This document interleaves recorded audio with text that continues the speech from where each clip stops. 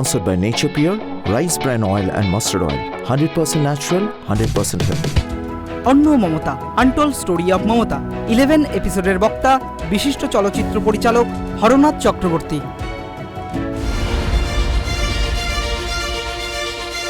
लोगों को लेके हम कम करेंगे और लोगों को लेके हम कम करेंगे तो भी कामयाबी हम लोग सब हो सकता है।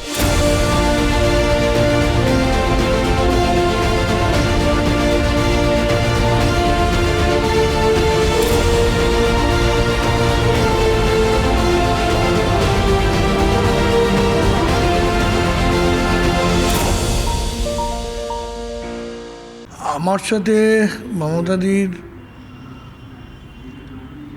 খুব সম্ভব 99-2000 তখন তারও আগে আমাদের টালিগঞ্জে টালিগঞ্জে উনি যখন আমাদের একটা ব্রিজ ভেঙে পড়েছিল এবং সেখানে অনেকগুলো মানুষ আহত হয়, একজন মারাও যায় খুব সময়। তখন আমাদের নিউ থিয়েটার স্টুডিও আমি শুটিং করছি, খুব সম্ভব অঞ্জনদার কোনো ছবিতে আমি তখন অ্যাসিস্ট করছি। একদম আমাদের নিউ থিয়েটার স্টুডিওর পেছনে একটা খাল ছিল, খালে ব্রিজ ভেঙে। এটা হচ্ছে 90 দশকে হবে। 90 দশকে তখন আমরা শুনলাম এরকম মমতাদি এসছেন, মমতাদি এসে খুব মানুষের পাশে দাঁড়িয়েছে, করছে। পরবর্তীকালে মমতাদি যাদবপুর থেকে জয়ী হলেন, আমাদের সিপিএমের তাবড় নেতা ছিলেন সোমনাথবাবু, ওনাকে পরাজিত করে। তারপরে আমার সাথে একবার আমি আর রঞ্জিত মল্লিক নাকতলায় একটা স্বাধীনতা দিবস উনি পালন করতে আগের দিন 14 তারিখে সেখানে আমরা ছিলাম। সেখানে ছিলেন আমাদের পঙ্কজ ব্যানার্জি, তখন আমাদের টালিগঞ্জের উনি ছিলেন এমএলএ। তো পঙ্কজবাবুই আমাকে এবং রঞ্জিতদাকে নিয়ে গেছিলেন। তখন দিদির সাথে একই মঞ্চ আমরা শেয়ার করি। এরপর থেকে মানে কখনো সখনো দেখা হতো। আমি ছবি করলাম ইন্সপায়ার মমতাদিকে নিয়ে, প্রতিবাদ বলে একটা ছবি করেছিলাম 2001-এ। যে আমি জানতাম 2001-এ ইলেকশন যেভাবে মানুষের মধ্যে আলোড়ন সৃষ্টি করেছিল, মমতাদি চলে আসবে, সেই সাহস নিয়ে আমরা একটা ছবি করে ফেলেছিলাম এগেনস্ট সিপিএম, মানে তথাকথিত বামফ্রন্টের এগেনস্টে। আমরা কিছু নাম বলিনি, বাট লোক যখন দেখছে বুঝতে পারছে যে এটা মানে মমতা ব্যানার্জিকে ফেভার করে ছবিটা তৈরি হয়েছে এবং সিপিএমের এগেনস্টে। তার জন্য অনেক সিনেমা হলে ঝামেলা হয়েছিল, ছবি চলতেও দেয়নি। মেদিনীপুরের লক্ষণ সেট ছবিটা চলতে দেয়নি, আরও বালিচকে একটা জায়গায় ছবিটা চলতে দেয়নি। কিন্তু সেবারে মমতাদি হাওলা কেলেঙ্কারির জন্যে প্রতিবাদ করে মন্ত্রিত্ব ছেড়ে দিল ঠিক ইলেকশনে কিছুদিন আগে, 1-1.5 মাস আগে। মমতাদি যেতেন, কিন্তু তৃণমূল থেকে আমরা সে হাইটটা পায় না। তারপর আমার সাথে দিদির দেখা হয়, তপন সিনহা মারা যেতে উনি নিজে এসে সব তপনদা কী করে স্টুডিও যাবে বডি, তারপর ওখান থেকে কেওড়াতলার সব কিছু মমতাদি সব অ্যারেঞ্জমেন্ট করেন। তপন সিনহার সদ্গতি পর্যন্ত উনি ছিলেন বসে, আমরা ছিলাম। তারপর লোকসভা হলো, তারপর আমাদের মাঝখানে সিঙ্গুর আন্দোলন। সেই সিঙ্গুর আন্দোলনে যখন বুদ্ধিজীবীরা সবাই মমতাদিকে সাপোর্ট করেছে, আমিও সাপোর্ট করেছি।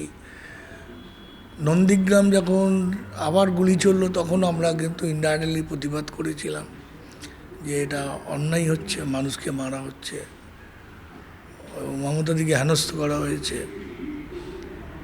সেই সময় আমি একটা ছবি করলাম তুল কালাম, মিঠুনদাকে নিয়ে, নন্দীগ্রাম এবং সিঙ্গুরের গল্প নিয়ে একটা পটভূমিকা ছবি। এই বিজলি হলে দীর্ঘদিন চলেছিল, মানে তুল কালাম। সেখানেও আমাকে বামফ্রন্ট থেকে তারা অনেক জায়গায় ছবি চলতে দেয়নি, সেটা আনন্দবাজার পত্রিকা বিরাট করে বেরিয়েছিল। চাষিরা বিশ্বাস করে তাদের 2 ফসলা 3 ফসলা জমি আপনাদের হাতে তুলে দিচ্ছে রাজ্যের উন্নতির জন্য। রাজ্যের উন্নতি আমরাও চাই। এরপরে দিদি লোকসভা নির্বাচনে দারুণ সাকসেসফুল হন এবং তখন আমাদের দিদি কিছু কিছু দায়িত্ব দিয়েছিল এবং সেই দায়িত্বটা আমরা পালন করার চেষ্টা করি। যেমন সেন্সর বোর্ডে তখন আমি চেয়ারম্যান ছিলাম, সেন্সর বোর্ডে প্রায় 5 বছর চালিয়েছি। আমাদের আরও কিছু কিছু জায়গায় রেল বোর্ড, নন্দনের দায়িত্বটা আমরা পরে পেয়েছিলাম। নন্দন 2011 আফটার ইলেকশন এবং আমরা ইলেকশনের সময় আমরা সবাই দিদির পক্ষে আমরা সারা পশ্চিমবাংলা আমরা ঘুরেছি। আমরা অনেকেই ছিলাম, শুধু আমি একা নয়। সেখানে সুভাদা ছিলেন, সমীর রায় ছিল, অর্পিতা, বার্ত, মানে অনেকে আমাদের অনেকেই এখন মন্ত্রী হয়ে গেছে বা এমএলএ হয়ে আছে। আমরা বিভিন্ন জায়গায় যে মমতাদির ফেভারে আমরা বলেছিলাম আপনারা ভোট দিন।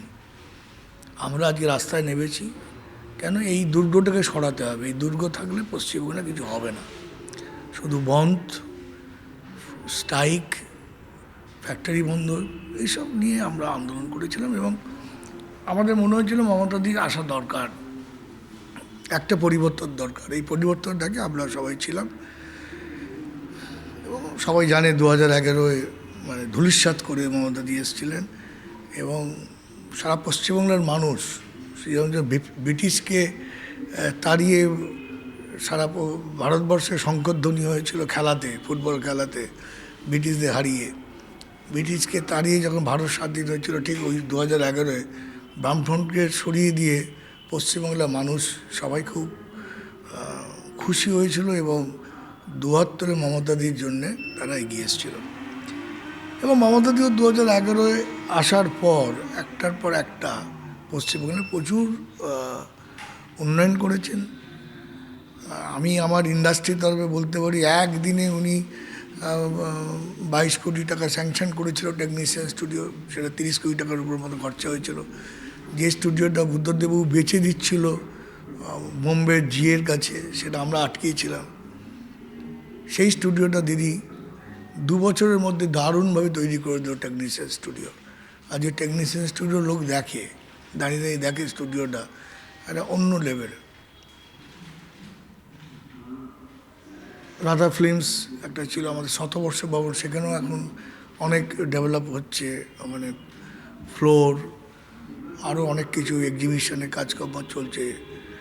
আজকে ধরো বারুইপুরে একটা টেলিফিল্ম সিটি তৈরি হচ্ছে, মিনি সিটির মতো একটা, সেখানে স্টুডিও হবে, সেখানে শিক্ষা হবে, সিনেমা শিখতে আসবে, টেলিভিশন শিখতে আসবে, তাদেরকে এডুকেশন দেওয়া হবে এবং টেকনিক্যাল জিনিস শেখানো হবে।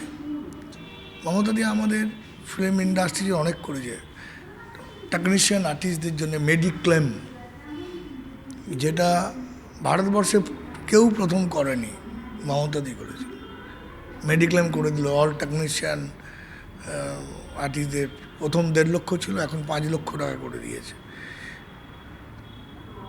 তো সেটা আমি আমাদের তরফে বললাম, ফিল্ম ইন্ডাস্ট্রি, নাটক, পরিষেবা, যারা নাটক করে তাদের জন্য, যাত্রা শিল্প,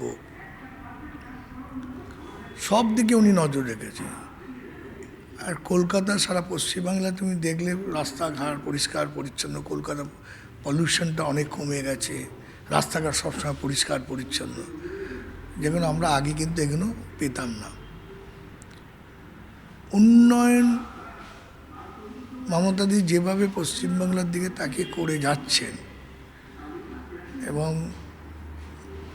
যে কোভিড আমাদের 2 বছর ধরে হানা দিয়েছে, তার সাথে যুদ্ধ করেছে মমতাদি একা, এবং প্রশাসন, পুলিশ, ডাক্তার, নার্স সবাই মমতাদি হয়ে ইন্সপায়ার হয়ে সবাই জীবনে ঝুঁকি নিয়ে সাধারণ মানুষের জন্য সেবা করে গেছে।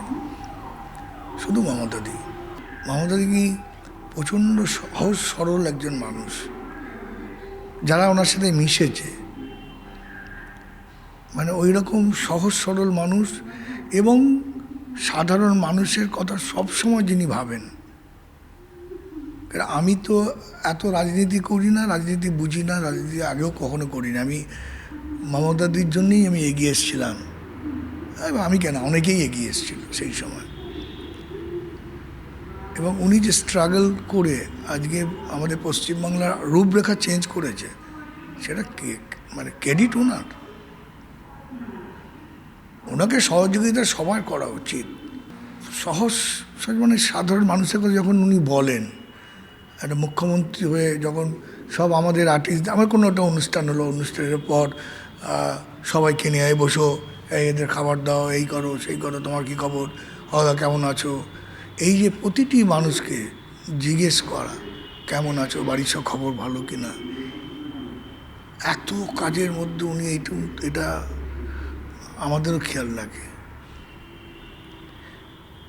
আজ পর্যন্ত আজও যথেষ্ট বিশিষ্টজন তাদের শরীর খারাপ হলে উনি খোঁজ নেবেন, জন্মদিন হলে উনি উইশ করে পাঠাবেন, দুর্গা পুজোর উনি শুভেচ্ছা বাণী পাঠাচ্ছেন আমাদের সবাইকে বাড়িতে বাড়িতে। এই যে রিলেশন তৈরি করা একটা মুখ্যমন্ত্রী, সে তো মুখ্যমন্ত্রী হয়ে গেছে, তার কি দরকার কি যে বাংলা ইন্ডাস্ট্রির কটা শিল্পী, ডিরেক্টর, বিশিষ্টজনদের সাথে, কিন্তু উনি তা করেননি। উনি প্রথম থেকে মানে মুখ্যমন্ত্রী ওরা আগে যা ছিলেন, যেভাবে সবার সাথে মিশেছেন, আজও সবার সাথেই উনি মেশেন এবং সবার দিকে উনি নজর রাখেন, ভালো মন্দ সবটাই উনি দেখেন। এটা ওনার বড় গুণ, এইটা আমি সবসময় দেখেছি এবং আমরা মোহিত হয়ে যাই ওনার মানে কর্মকাণ্ডতে, আমরা একদম মুগ্ধ। উনি যেভাবে কাজ করেন, যেভাবে উনি সাধারণভাবে থাকেন, আমরা বলি দিদি আপনি একটু খাওয়া দাওয়া করুন, খাবেন ঠিক মতো, শরীরচর্চা থেকে আরম্ভ করে আমরা হাঁটতে পারি না ওনার সাথে, উনি যখন হাঁটতে থাকেন আমরা হাঁটতে পারি না, এত স্পিড ওনার মধ্যে, এই পাওয়ার অ্যান্ড স্পিড, এটা মমতাদের মধ্যে সবসময় আমি দেখি। মুগ্ধ ওনার সব সব সব কাজেই আমরা মুগ্ধ। বহু বহু অনুষ্ঠানে আমরা করেছিলাম। যখন রেলের উনি মন্ত্রী ছিলেন, রেলমন্ত্রী ছিলেন, তখনও ওনার অনেক অনুষ্ঠানে আমরা গেছি। উনি সবসময় আমাদের মানে সম্মান দিয়েছে, যে সম্মানটা মানে আমরা আশা করিনি, আমরা সেই সম্মান ওনার কাছ থেকে পেয়েছি। যে কারণে আজকে মমতাদি কিছু হলে আমরা কেন ছুটে যাই, সেই ইলেকশনে বলো, কোনো অনুষ্ঠান বলো, কোনো জায়গায় প্রতিবাদ করা বলো, আমরা যাই। কেন যাই? আমরা জানি মানুষটাকে, তিনি ট্রুথ কথা বলছে, সত্যি কথা বলছে, কোনো রাজনীতির মতন রং চড়িয়ে কোনো কথা বলেন না। এই জন্য ওনাকে আমাদের ভালো লাগে। আর আমরা একেবারে নিজেদের দিদি,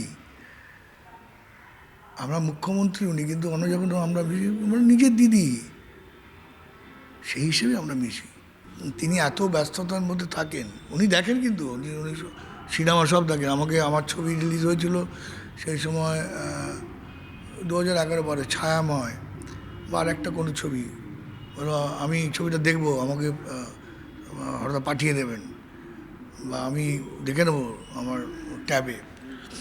তো এইগুলো ওনার আছে, উনি সব কিছু, বললাম যে উনি সব কিছু খোঁজ খবর নেন, কোন কী হচ্ছে না হচ্ছে ইন্ডাস্ট্রির, কীভাবে কার কী সুবিধা অসুবিধা সব খবর নেন।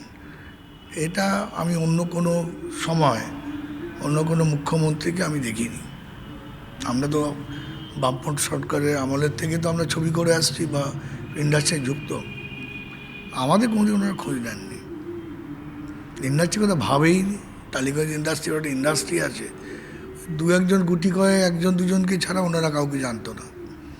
কিন্তু মমতা দিয়ে এনে সবাইকে নিয়ে এক জায়গায় এনে সবাইকে সম্মান জানিয়ে সম্বর্ধনা দেয়া, টেকনিশিয়ান, আর্টিস্ট, এগুলো তো সবাই দেখেছে, তো লুকিয়ে কিছু বলার নেই, সব জনসাধারণ দেখেছে। তা নাহলে আজকে সারা পশ্চিমবাংলায় এরকম ইলেকশনের এইরকম জায়গা যায়, আর কি করছে না, প্রাণপণ চেষ্টা করে যতটা যা করা যায়, এবং সাধারণ মানুষকেও ওনাকে হেল্প করতে হবে। উনি বলবেন, উনি করতে চাইবেন, সাধারণ মানুষ তাদেরকেও বুঝতে হবে যে আজকে উনি যেভাবে আমাদের জন্য লড়ছেন, আমাদের জন্য ভাবছেন, আমরা ওনাকে সাপোর্ট করবো, ওনাকে হেল্প করব। আজকে কোভিড নিয়ে যে অবস্থা, মানুষকে ভাবতে হবে যে আমি কোভিডটা সত্যি আমাকে সতর্ক থাকতে হবে, আমাকে একটু মাস্ক পরতে হবে, আমাকে একটু হাতটা ভালো করে ধুতে হবে,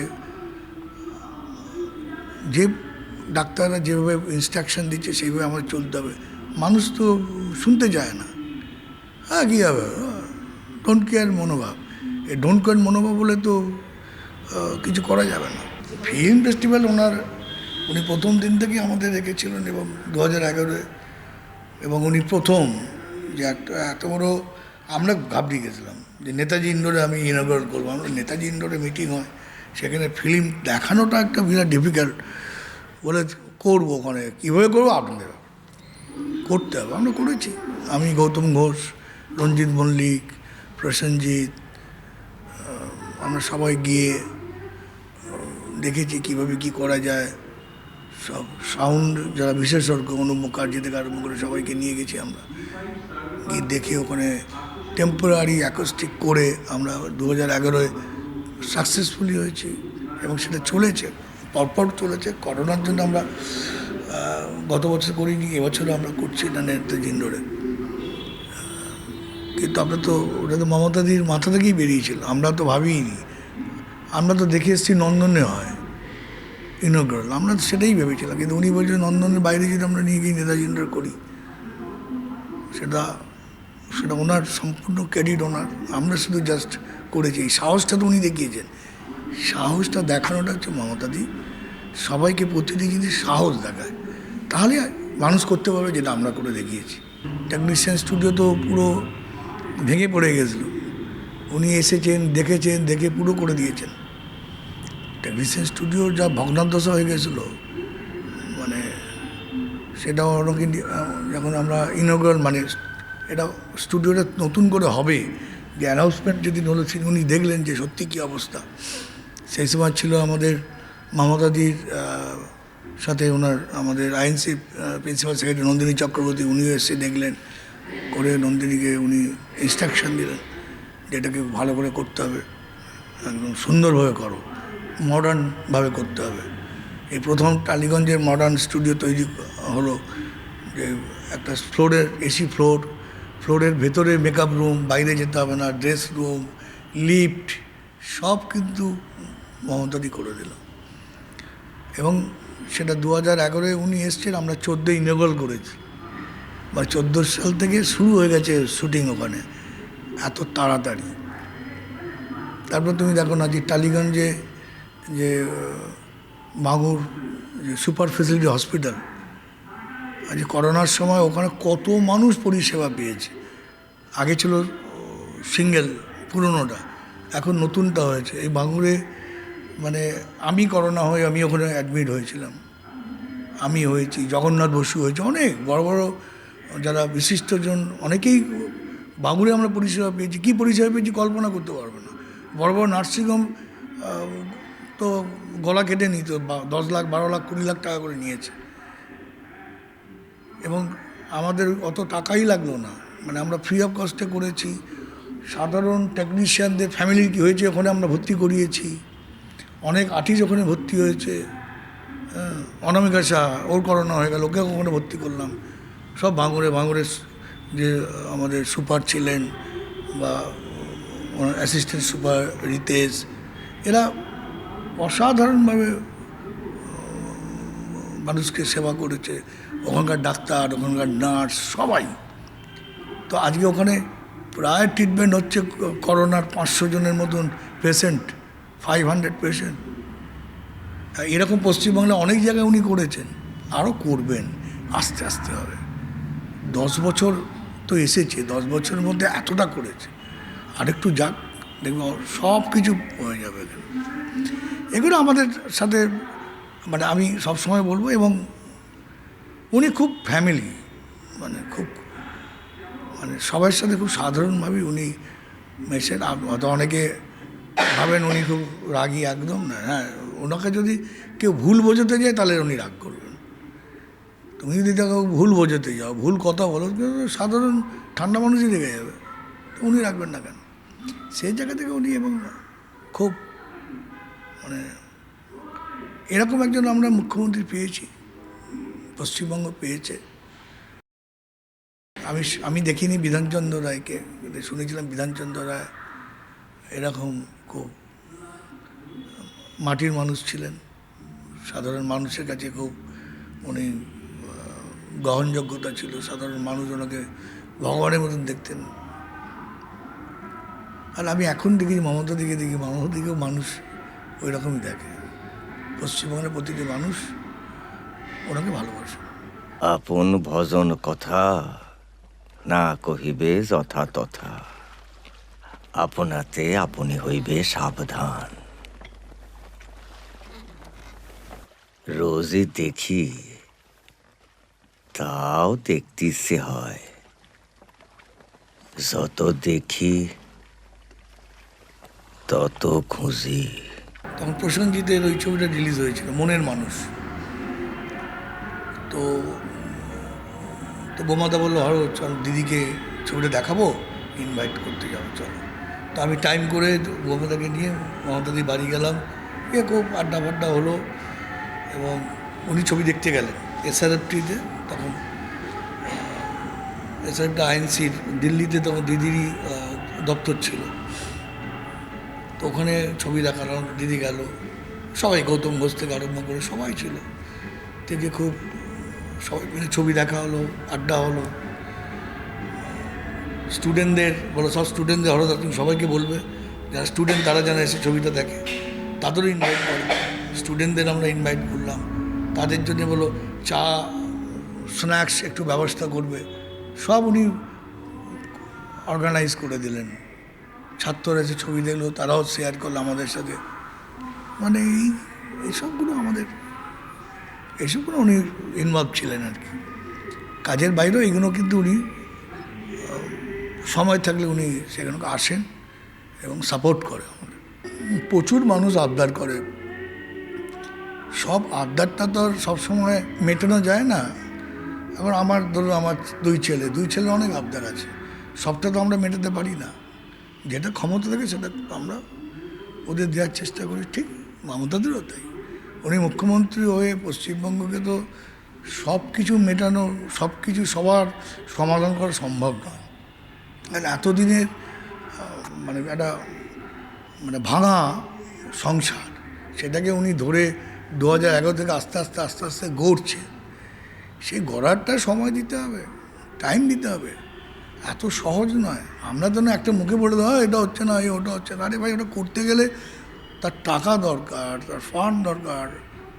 আমরা তো যেটুকু থ্রু মিডিয়া যতটুকু শুনি, যেটুকু জানি, দিল্লি থেকে প্রপারলি দিদিকে হেল্প করে না, যে কারণে উনি অনেকটাই আটকেই যান, করতে পারে না। দিল্লি তো আমাদের মাদার বাড়ি, ওরাকে তো হেল্প করতে হবে দিদিকে, সেখান থেকে অনেক কিছু হেল্প পায় না, তার জন্য ওনার পক্ষে অসুবিধা হয়। এবার আমরা চাইব মমতাদি যে যুদ্ধটা করছে দিল্লি যাওয়ার জন্য, সেই যুদ্ধে মমতাদি দিল্লিতে গিয়ে বসুক। যে ভুল বামফ্রন্ট সরকার করেছিল, জ্যোতিবাবুকে প্রধানমন্ত্রী করতে দেয়নি, আমরা চাইব দিদি প্রধানমন্ত্রী হোক, তাহলে পশ্চিমবাংলা রূপরেখা চেঞ্জ হয়ে যাবে। এইটুকু আমাদের ঠাকুরের কাছে কামনা। প্রয়োজনে দেব মোরা এক নদী রক্ত, হোক না পোষের বাধা, প্রস্তর শক্ত, বাংলাকে ভাগ করা যাবে না। लोगों को लेके हम कम करेंगे और लोगों को लेके हम कम करेंगे तो भी कामयाबी हम लोग सब हो सकता है।